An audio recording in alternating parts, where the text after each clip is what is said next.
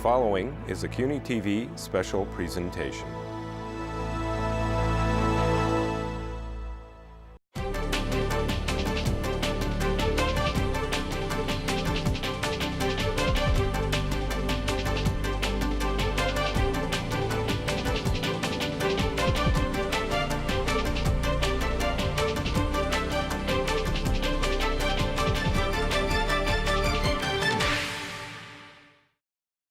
It is our pleasure to welcome Governor Andrew Cuomo back to ABNY.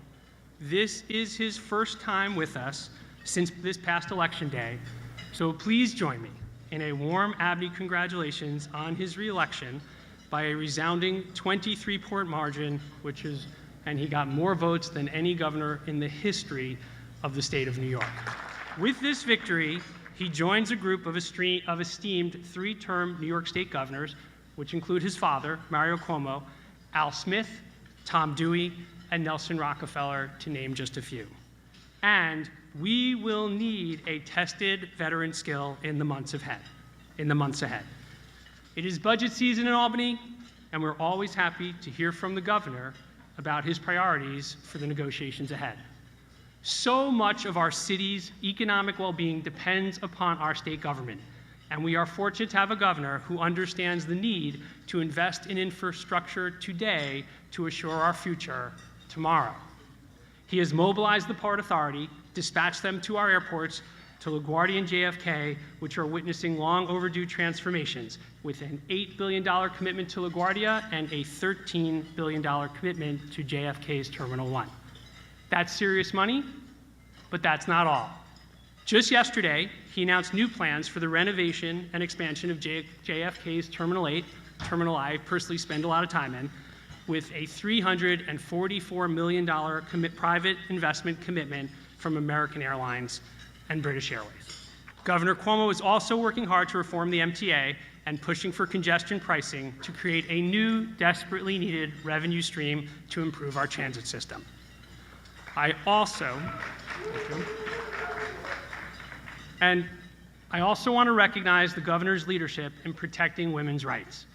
New York was not very popular in this week's State of the Union, but no matter who pushes our governor, he is resolute in advancing laws that safeguards women's rights, most recently with the passage of the Reproductive Health Care Act, and we want to say thank you.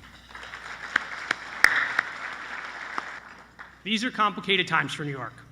Our federal government is cutting back on protecting the environment, aiding the poor, embracing immigrants, and guaranteeing basic rights for workers.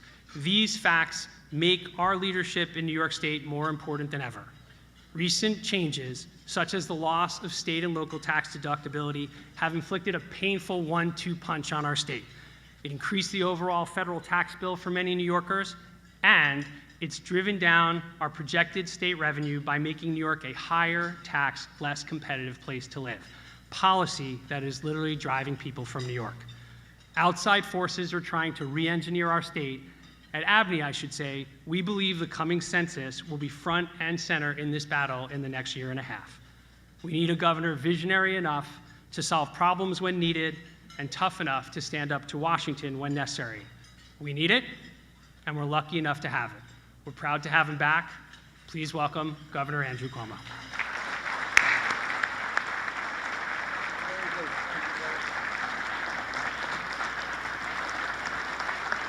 Thank you. Thank you. Thank you. Thank you very much. Thank you very much. Please sit. Your cold meal will get colder. First to Stephen Rubenstein, who's done such a great job with ABNY. He obviously follows in an esteemed legacy and has big shoes to fill. I know a little bit about what that's like. But Stephen Rubenstein is doing a fantastic job. Let's give him a big round of applause.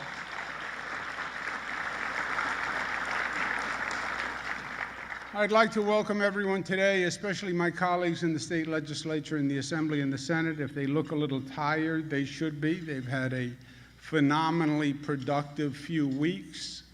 I don't think we've started a legislative session with more progress in a shorter period of time. The Reproductive Health Act, the Contraceptive Care Act, gun laws, the DREAM Act, we really have made great, great progress. So let's give them a big round of applause for all they've done.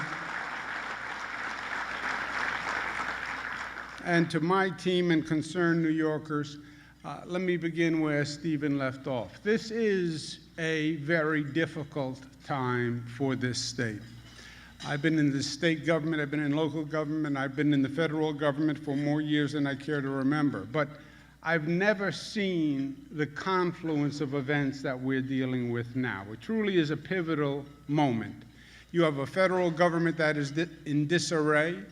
The economy is shifting. Financial markets are volatile. The federal tax reform and the SALT provision targets New York specifically, and it is a major threat. I fear that SALT is already causing people to leave our state. We just saw revenues drop $2.3 billion from projected revenues. And I'm afraid what you're starting to see is people actually leaving and finding a different locale because the tax structure has gotten too high in New York. You have political turmoil. You have political extremism on both sides of the aisle, and you have quality of life issues in New York City, which are aggravating this already complex situation. What we do in New York this year matters, and it's time for New York-style candor, frankness, and openness about what we're dealing with. The good news is over the past few years, we built a stronger economy than the state has ever seen before. Taxes are at an all-time low. Every New Yorker pays a lower tax rate today than the day I was elected, period. We have more jobs, private sector jobs in the state of New York than New York State has ever had before, over 8.2 million jobs. Unemployment is at an all-time low 3.9%. We're diversifying our economy. So while we're Wall Street and we're finance and we're real estate, we're also the arts center, the film hub, the tourist center, and the nation's second largest tech center and growing. Amazon coming to Queens with 25,000 great jobs is a major economic plus for this state, the largest economic development program in the history of the state of New York. That's what Amazon is.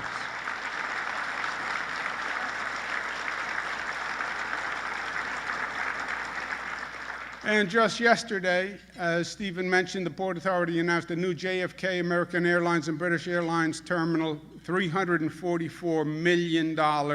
So the JFK renovation is starting also. Let's give Rick Cotton a round of applause for that good work.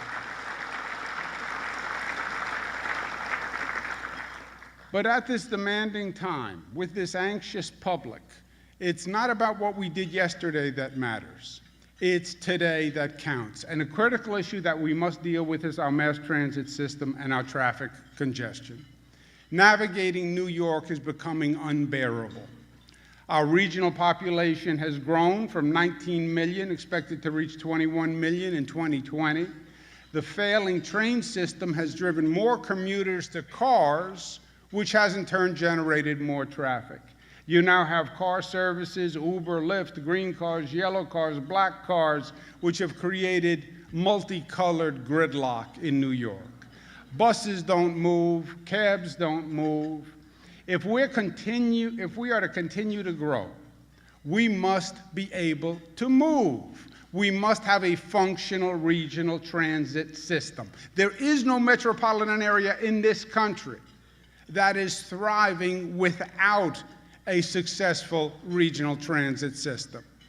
Our 600-mile subway system, first built in 1904, was a gift from our forebearers and a platform for our future growth. Just think of the vision they had, 1904, to build 600 miles underground. What have we done? Well, now the MTA is the great transit abyss, taking us backwards. The MTA, everyone hates it, but yet nobody knows what it actually is.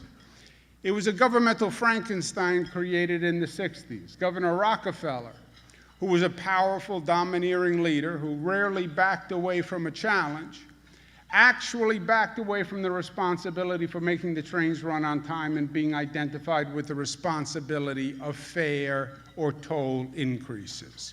It was created as a political structure. He created the MTA as a holding company for 4 major corporations: the Long Island Railroad, Metro North, New York City Transit Authority, and the Triborough Bridge and Tunnel Authority. The 4 entities were left totally intact, and a 23-member board was placed on top of the 4 existing entities. The voting members are then appointed by 9 different elected officials. They're appointed to term appointments, so some members that are on the board were actually appointed by prior office holders. The 23 members represent different parties, regions, constituencies, and provide the full spectrum of political and governmental intrigue. It could be a great mini-series. There are factions and there are sub-factions. A more functional board would be President Trump, Hillary Clinton, Bernie Sanders, Rush Limbaugh, and Nancy Pelosi. Even if the board somehow gets through all the internal politics and cobbles together a resolution, once the board takes any capital action, it has another Byzantine challenge. The board's capital actions can be unilaterally vetoed by the governor, the mayor, the speaker of the assembly, or the Senate leader. There's no standard for the veto. It can be purely discretionary, and there is no appeal, and there is no override. It is a structure that was designed to fail. And that's where we are today. That board and veto structure are then compounded by an organizational dysfunction. Each subdivision is a freestanding corporation with its own bureaucracy, its own culture, its own personality. 32 unions represent the MTA employees. How would you like to negotiate those contracts? 11 police departments with concurrent jurisdiction. So the board actually exercises very little real oversight and essentially has become a mechanism for providing political cover for the never-ending cost increases that the bureaucracy incurs as it grows. The MTA's performance is simply indefensible. The East Side Access Project, for example, a vital project. It was started in the 1960s. It's still ongoing today. East Side Access was supposed to be finished in 1975. Now it's supposed to be finished in 2022. At this rate, my grandchildren will cut the ribbon on East Side Access. The cost was first established to be $75 million, then $300, then $3.3 billion, then $4.3 billion, then $5.3 billion, then $6.3 billion, then $7.2 billion, then $8.2 billion, then $10, and now $11.1 billion. That is just not acceptable. It is not acceptable for such a vital function. And it's not acceptable when we're supposed to go to the people of this state and say, we want more money to support this organization. So what do? First, we don't do what we've done for the past 50 years. What have we done for the past 50 years? What the political thing to do is put a bandage over it, a superficial reform plan. We've done that 167 times. 167 reform plans. The definition of insanity is doing the same thing over and over and expecting a different result. We can't do that again. We need real change. Real change comes from following the golden rule. That's what I tell my new commissioners who come in and have to take over a dysfunctional bureaucracy. I say the Vince Lombardi School of Government. Get back to basics. Get back to fundamentals. For any organization, it's about M&M. No, not the candy. It's about management and money. Management means someone has to be in charge. There must be a name and a face who can be held accountable, and it must be an elected official. All of you who run a business know there is no organization that works without accountability. There is no organization that works unless somebody is in charge and somebody is responsible. Bureaucracies do not manage themselves. They grow and they fester.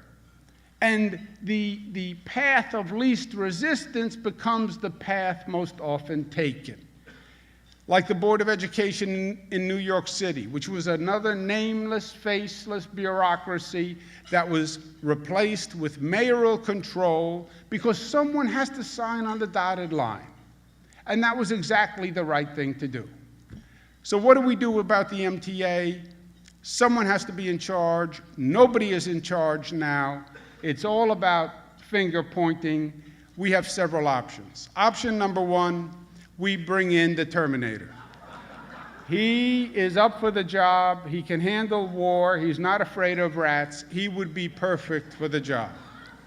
Option two, the main subdivision of the MTA is the New York City Transit Authority. New York City Transit Authority is owned by New York City. It is leased to the MTA on an annual basis. If New York City does not renew the lease, New York City takes back control of the New York City transit system. It's that simple. So, New York City owns the subway system, they lease it to the MTA, cancel the lease, give it back to New York City, let them run it.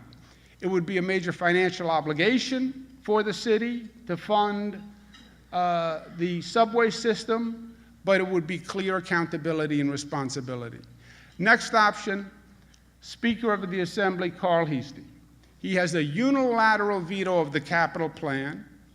He can take control and responsibility, and he can run it. Option four, Senate Leader Leader Stewart-Cousins, who also has a unilateral veto of the capital plan. She could take it, and she could be responsible.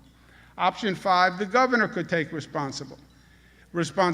You notice I'm the only one in those pictures who's not smiling at the prospect.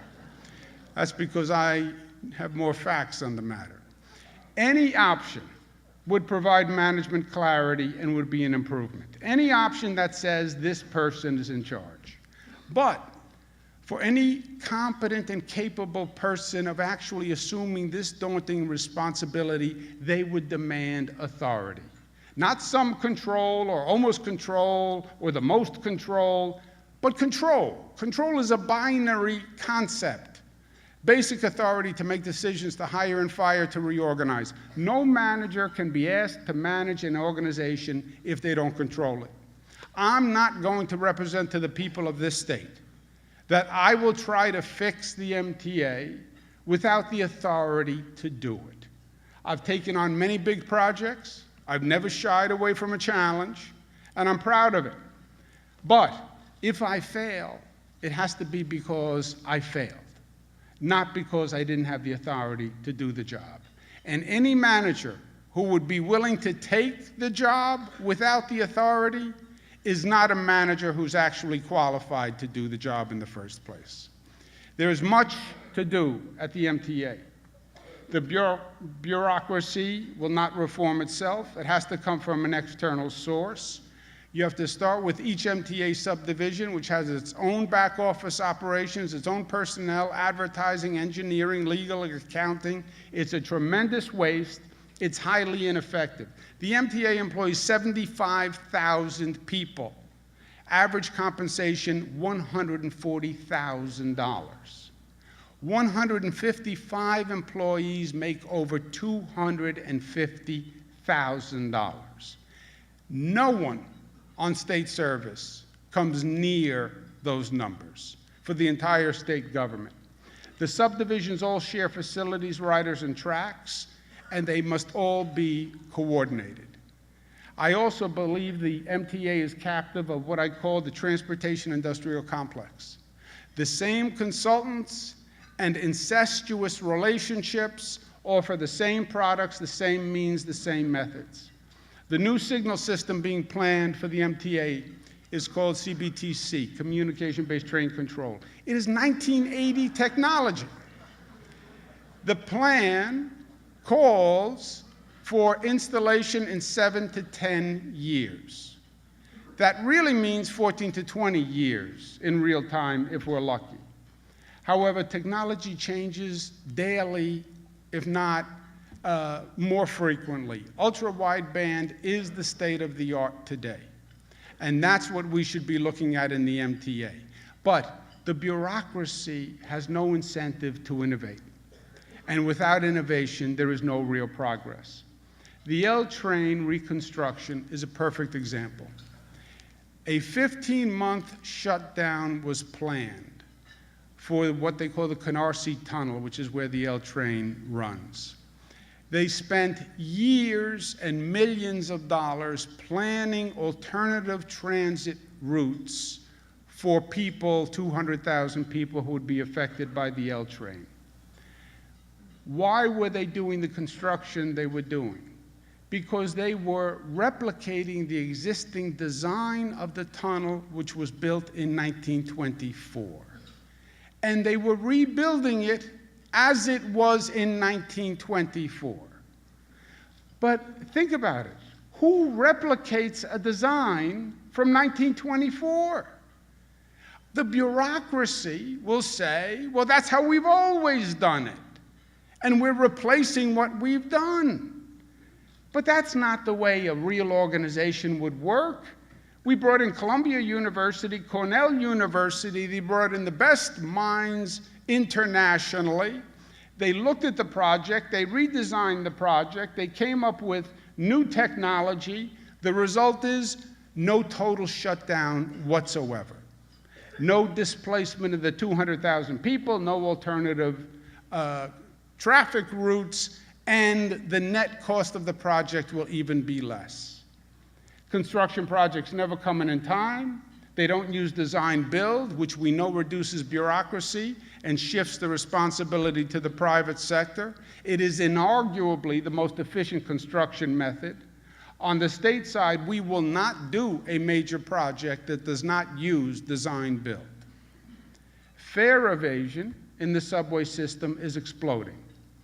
I understand the politics of the situation, the problem of arresting a person for a $2.75 fare, a person who's often young, often minority, and then would have a criminal record. The Manhattan DA doesn't want to prosecute the crimes. So the police enforcement has dramatically decreased.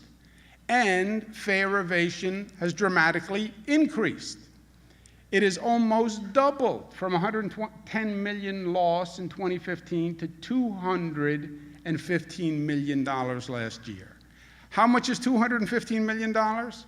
It's the same amount of money the MTA currently wants to raise fares to cover the operating deficit. You can't have a voluntary payment system. And that's what we are developing. You watch at a subway station and you see people, if there's a line at the turnstile, they just walk right through the doors. It can't be. The MTA gave us an estimate for their 5-year capital plan. The range of the estimate goes from 40 billion to 80 billion. That's not a range. That is a guess, 40 to 80. But my favorite MTA decision, because you have to laugh, otherwise you cry, is the one they made to pick a product to clean the subway stations. What product did they pick? Tide. Yes, the same Tide detergent you use at home to wash your clothes. If it's got to be clean, it's got to be Tide. That Tide. Good on hard-to-get-out grass stains, I'm sure. Why did they choose Tide? Because it smells nice. I understand that it smells nice. And I like that it smells nice. But I also understand the problem is that the subway stations stink. And that's the problem. In short, the MTA needs a fundamental management overhaul. The 60s product of the MTA was designed to avoid responsibility and accountability. We have to do the exact opposite. No more finger pointing. We need a dramatic increase in performance and innovation. We need a professional functioning agency, and we need progress, and we need it quickly. The second half of the equation is the second M in the M&M. And it's still not the candy. It's the money, meaning you have to have a reliable funding stream so annual budgeting is not up to political whim, but it's based on economics and it's based on planning and it's not politicized. There are a number of options being put forth to find the funding. We're discussing it in Albany. Option one, President Trump should pay.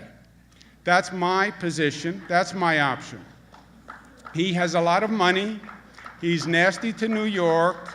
He should pay. On the off chance that he won't pay, we go to option two. Option two is the rich people should pay more.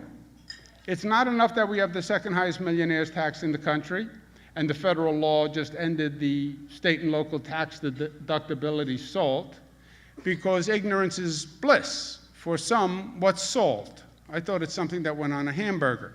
SALT can decimate our economy. For middle class families and above, it raises taxes 30%. That's the $2 billion shortfall that I mentioned that we're feeling already. And similar states that are affected by SALT are also seeing tremendous drops in their revenue.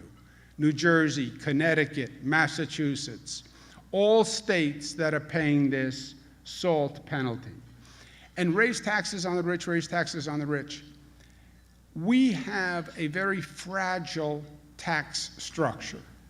The top 1% of taxpayers pay half of the taxes. Think about that for a moment. Top 1%. Less than 100,000 people pay half the taxes. They leave, we have a big problem very quickly. And Florida residency and 183 days is more and more attractive. Snowbirds are now permanently moving their nests down south. If we raise taxes on millionaires, the only millionaire left is going to be Steven Rubenstein. And Steven will only stay until his term as ABNY chair expires. Option three is raise fares on riders about 30%, which would cover both the operating deficits and capital costs. What's the rationale for this option? Because the riders will blame the MTA, and nobody knows who the MTA is anyway. And because riders, frankly, can't be any angrier than they are now, so there's no cost. Option four is the city should pay. Why? Well, the city actually owns the subway system, and by law, they are supposed to pay the capital for the subway system. The city has always paid the lion's share of the New York City capital system. Over the past 30 years, New York City paid about 60% of the capital cost, and New York State paid about 40%. But New York City says they don't want to pay. To me, it's the corollary to the voluntary fare system. You pay if you want to pay. What the law says is irrelevant. The last capital plan, the state paid 3 times what the city has paid. So it's time that the city needs to carry its fair share also. Option 5 is the state should pay, because who cares what the law says anyway about who should pay, and never mind what Long Island and Westchester and Buffalo and Syracuse and Rochester think, and never mind that the state has a deficit. We should just turn on the printing press and create the money. Option 6 is use the marijuana tax, which is a great idea, but it's 3 years away. The California statewide marijuana tax is $100 million. We estimate the New York City marijuana tax at $120 million. but we need $1 billion per year to fund the capital. Option 7 is pass a toll on only out-of-state drivers. Chris Christie won't like it, but he's not governor anymore anyway, so the only problem with that option is the U.S. Constitution Interstate Commerce Clause. We could pass a commuter tax on Long Island, Westchester, Hudson Valley commuters. We did that once before. It was political suicide. It was repealed. New York City secession is probably a more likely scenario. And option 9 is congestion pricing, which is the best and logical and realistic option. Congestion pricing would charge a toll for those entering the Manhattan Central Business Districts south of 60th Street. It would stop what they call bridge shopping. Right now, some bridges are free, some bridges have a toll. So you can decide between the 59th Street Bridge and the Queens Midtown Tunnel, between the Brooklyn Bridge and between the Brooklyn Battery Tunnel. It would reduce congestion, it would reduce pollution. The fixed New York City panel came up with a number of variable rates that would incentivize drivers towards non-congestion hours by reducing tolls at certain times. We've experimented with this in the past. We know trucks can come in during the night and certain deliveries can be made if you incentivize it. Cameras would be installed on existing traffic devices and they'd become part of the Easy Pass system, which is already operational at the tunnels and the bridges, so it would coordinate the tolls. In other words, if you paid a toll coming in through the Queens Midtown Tunnel, you wouldn't be tolled twice when you enter the district. The funds would be put in a lockbox for MTA capital projects, so the public wouldn't have to worry about the money being used for something else. And the fact is, 25% of the commuters who would pay a congestion pricing fee are from out of state. It's Chris Christie who's going to pay. And only a fraction of New Yorkers commute by car into Manhattan. If you look at the percentage of the people from Brooklyn who commute in, it's 1.3%. Queens, 2.2, Bronx, 1.9, Staten Island, 2.3, Westchester, 2.2, Nassau, 1.8, Suffolk, 0.8%. Those are the numbers of people who would actually be affected. But this congestion pricing is still going to be a politically difficult battle. Why? Because politicians do not like to vote for toll increases, myself included, which takes us, interestingly and ironically, full circle back to 1968 when Rockefeller established the MTA because no politician wanted to raise tolls. I understand the politics, but it's also a government responsibility and there is no smarter, better alternative to do it. The real choice is between congestion pricing or a 30% MTA toll and fare increase. Those are the only real options. Trump is not going to pay, the city's not going to pay, the state doesn't have the money to pay. Either the rider pays in fares and tolls, or it's congestion pricing. That is the real choice, and that's how we have to frame the choice. It's A or B because there is no C. I believe if the public understands the critical choice that the elected officials are making, they will prefer congestion pricing to a fare and a toll increase. But that's a big if, and the if is if we actually inform the public, which is what we all have to set out to do today and what I'm trying to do.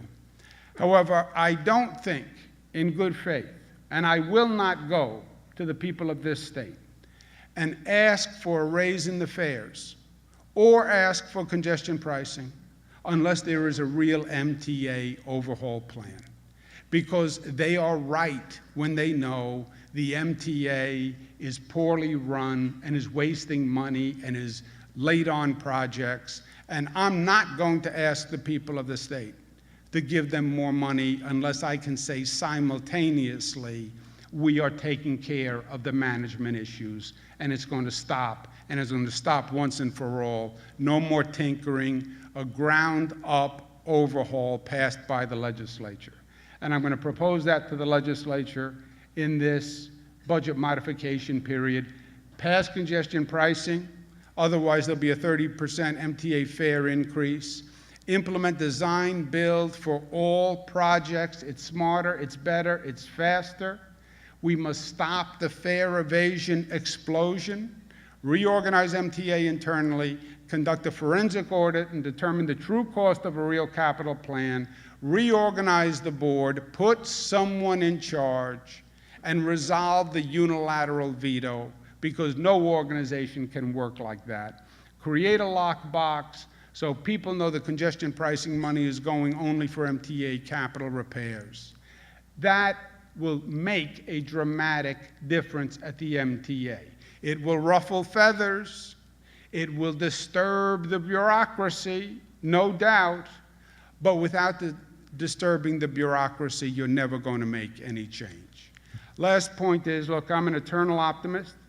You have to be in this job, but I actually believe we can make progress.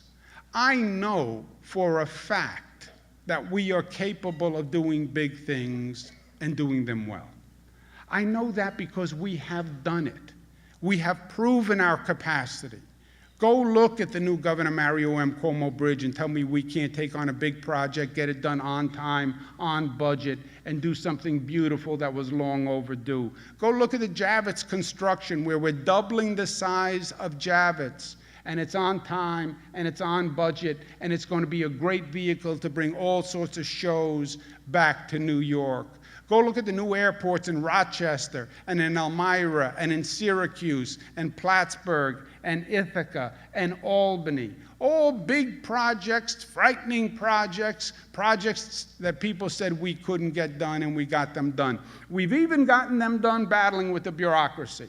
The Port Authority, which is no walk in the park, and LaGuardia Airport. And LaGuardia is going up, and it's on time, and it's on budget, and it is beautiful, and they're rebuilding it while they are operating it. JFK Airport, Moynihan Station, where we had to deal with Amtrak, which is going to change the whole commuting experience, especially for people coming from Long Island. I've even done it with the MTA on isolated items where I had authority. I had authority, frankly, because nobody else wanted it. It was authority by default. But Long Island Railroad, double track and third track are happening. The 2nd Avenue subway extension happened on time.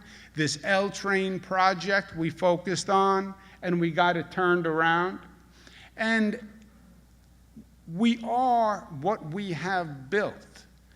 What made New York, New York, is that we are an engineering marvel. New York is the place where vision meets daring meets skills. Longest bridges, the tallest buildings, the most beautiful public works. That's who we are. We never shy away from a challenge. We don't say, oh, that's too much, that's too disruptive. We run at the challenges. It's that strength.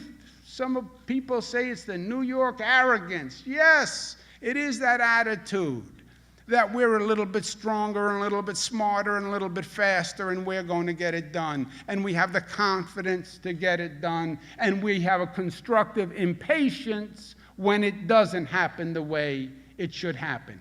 The MTA is a disgrace for this state. We all know it. It's too vital.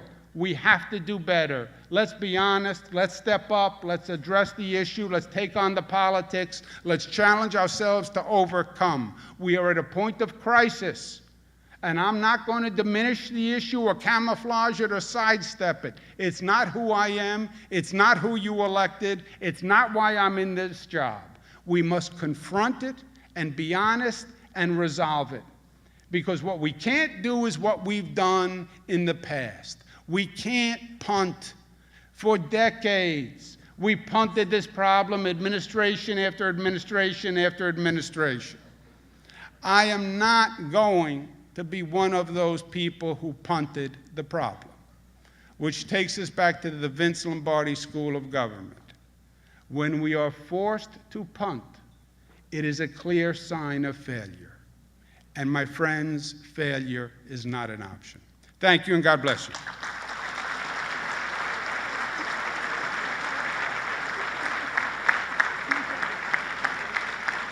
Governor has agreed to take a few questions from the audience. Our former chairman, Bill Rudin. Thank you for being here. Thank you for having me. And for your incredible leadership. You mentioned before about the SALT deduction and the impact. This is a two-part question about SALT deduction and the impact on our state budget, which is approximately over $2 billion. Can you discuss that and what you and the Assembly and the state are going to do about the shortfall? And also, last night, President Trump, when asked about SALT and its impact on New York, said that upstate New Yorkers are really not impacted by SALT. They're impacted by the lack of jobs, and they should just leave upstate New York. And do you have a comment about that?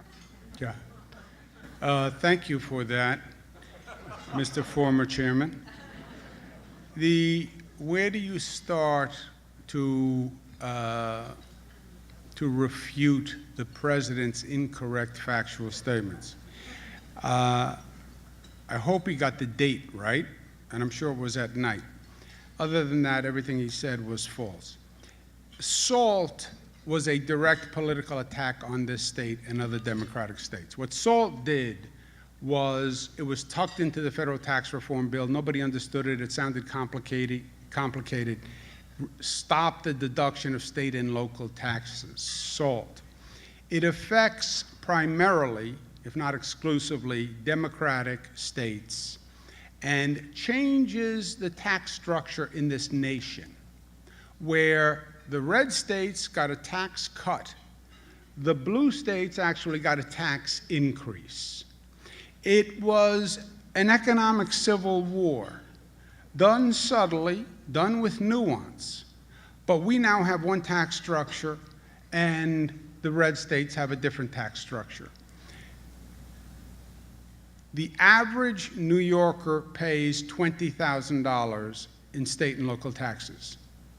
That means the SALT deduction taxes that differential by the federal tax of about 30%. So it's the first time in history since Lincoln passed the income tax that there is a tax on taxes. So you pay your income tax to New York City, the federal government taxes it. You pay your property tax, the federal government taxes it. It's a tax on tax. It is devastating. And the states with the higher state and local taxes, obviously, it's more devastating. Our revenues are down $2.3 billion, which is a very big number, and we're going to have to scramble now to cover that hole. But I'm afraid, Bill, that it is just the beginning of a trend. And look, we have a migratory pattern to Carolina, to Florida, right? Everybody's grandparents used to talk about, and then I'm going to retire and move to Florida. There was weather issues, climate issues. But now the economic incentive to move out of New York is higher than it has ever been. And SALT put that problem on steroids. Our tax collections are down about 50%. Massachusetts are down about 50%. Jersey's down about 40%. Connecticut is down close to 50%. The non-SALT states, some of them are seeing increases. So it is direct cause and effect. It kills all of New York. Trump talking about upstate New York is like me talking about Antarctica. You know, I have never been there and I know nothing about it. Upstate New York, jobs are coming back. The unemployment rate that is now at an all-time low in the state of New York, that is all across the state. It's not just New York City. Young people are moving back to Buffalo, young people are moving back to Rochester, so it's a totally different economic reality than he's talking about. He also said something, he said, President Reagan tried to get this done, state and local taxes, and he failed, but I got it done. It was that Trump machismo. Reagan tried, but he failed, and I got it done. And he had a rationale that Reagan talked to some New Yorkers who talked him out of it. President Reagan listened to reason and logic and sense, and he was not a divider. And when they said to President Reagan, if you do this, you will hurt New York, the Northeast, California, and 20 other states, and how do you have a national recovery when you're devastating New York, the Northeast, and California? President Reagan said, you're right, and he reversed course. President Trump should have half the wisdom on this issue that President Reagan brought. Danielle Perillo from Sterling. I was hoping you could expand about your comments about the L train. Can you provide more details about implementing the plan? And also, how are you going to work with the MTA to execute it? L train runs through the Canarsie Tunnel.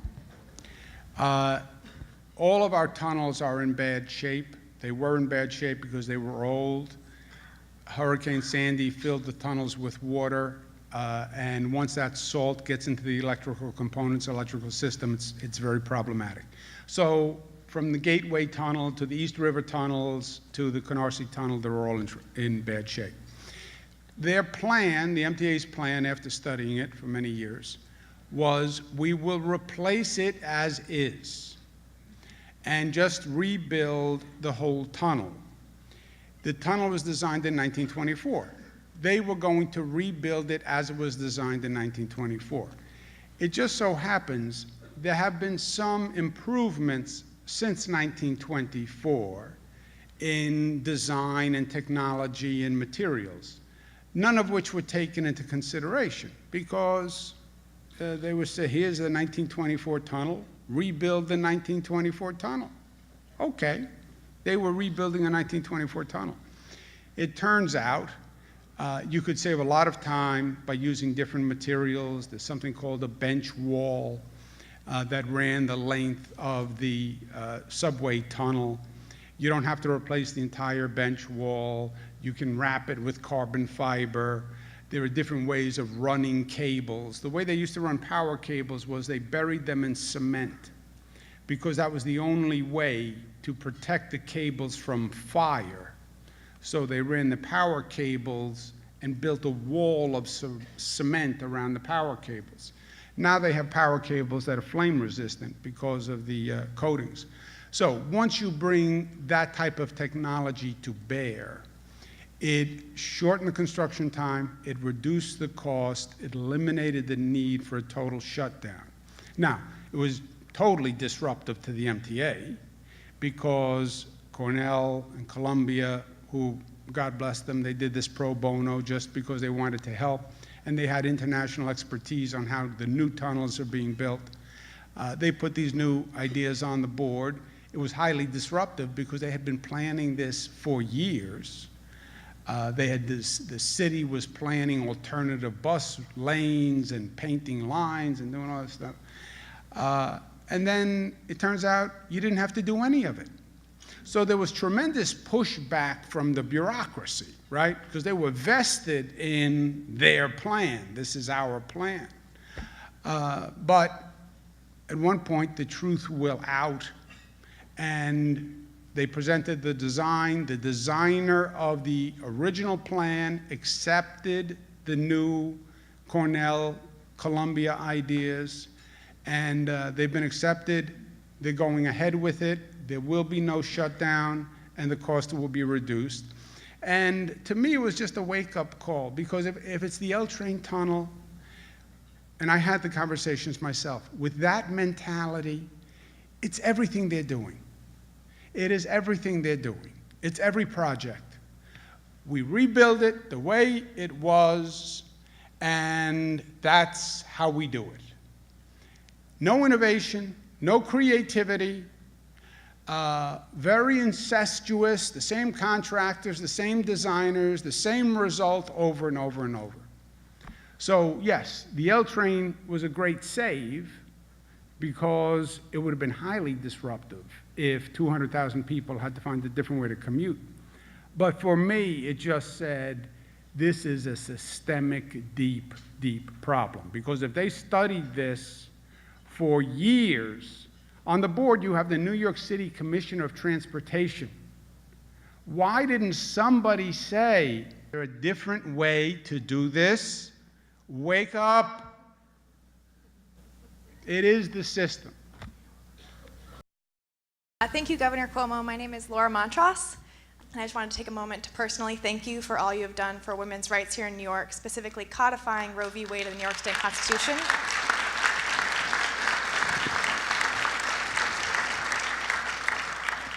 My question for you is, what's next? What more can we do to advance the women's agenda in New York State? Good question. These are all difficult topics today. Is there any good news? Nobody had a good question? Some happy news? Reproductive Health Act, what is happening is the president attacked me in the State of the Union for this, and he has repeatedly, and the Catholic Church has repeatedly. We passed a law in New York that codifies Roe v. Wade, which is the federal decision from 1973, codifying a woman's right to choose for the health or life of the mother. And that's a 1973 Supreme Court decision. It was affirmed several times since then, as recently as 2016, I'm sorry, by various courts, et cetera. And there's a series of cases that run from Roe v. Wade. The president wants to overturn Roe v. Wade. That's what he wants. That's why all the conversation about Gorsuch and Kavanaugh, it all came back to Roe v. Wade, because they want to overturn Roe v. Wade, because they believe that abortion is murder. That's their belief. The Catholic Church agrees that abortion is murder, and they want to overturn Roe v. Wade. I believe they may very well overturn Roe v. Wade, because the president has done a very good job of packing the Supreme Court. If Roe v. Wade is overturned, what happens? Abortion is illegal. How can that possibly be? I had this conversation with my daughters, mid-20s. They know all the answers, they know none of the questions. I said, they overturn Roe v. Wade, abortion is illegal. Oh, that can't be, Dad. I said, no, I'm telling you. I'm the governor. I was the attorney general. I'm telling you. Oh, that can't be. They can't be right. I said, well, where do you think you get the right to have an abortion? You think it's in the Bible, the Old Testament, New Testament? Where? It's just inconceivable to them that you would go back to pre-1973. But that's what would happen. We passed a state law that models itself exactly after the federal law. The same exact protection in Roe v. Wade we codify in the state law, which means even if they overturn Roe v. Wade federally, we now have a state law that gives the same protection. And unless they were willing to have a Supreme Court that said, not only are we going to overturn Roe v. Wade, but we're going to declare any abortion illegal and unconstitutional and trample states' rights, which would be very tough for a conservative to do, we will have protections here in New York State. It has infuriated the president and the Catholic Church because it frustrates their overturning Roe v. Wade federally. Because from their position now they say, well, even if we overturn Roe v. Wade, it will be the law of the land in New York, and then, by the way, other states will probably follow New York. And I hope to goodness that the other states do. That law is signed. It's the question of a woman's right to choose is a highly controversial issue. The Catholic Church is highly inflamed. I happen to be Catholic. It's not actually a new battle for me. My father had the same position. He was threatened with excommunication. I passed marriage equality, which they didn't support. So this is just one in a string of actions. But it's New York at its best, because we highlighted the problem and we solved it, and we're not going backwards on women's rights. That's not going to happen.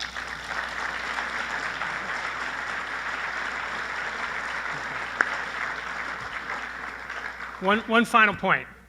The census, Governor. We care deeply about the census, and everybody, no matter how boring it may seem, to fill out that form. It is a big deal for us. We stand to lose 2 seats.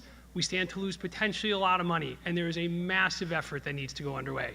I want to start by saying we were encouraged by the victory regarding the question in the courts, which was resounding, and I should thank people like Steve Choi from the New York Immigration Coalition, the governor's office, everyone for their work on that. I also want to say we were encouraged that the census was in the state of the state.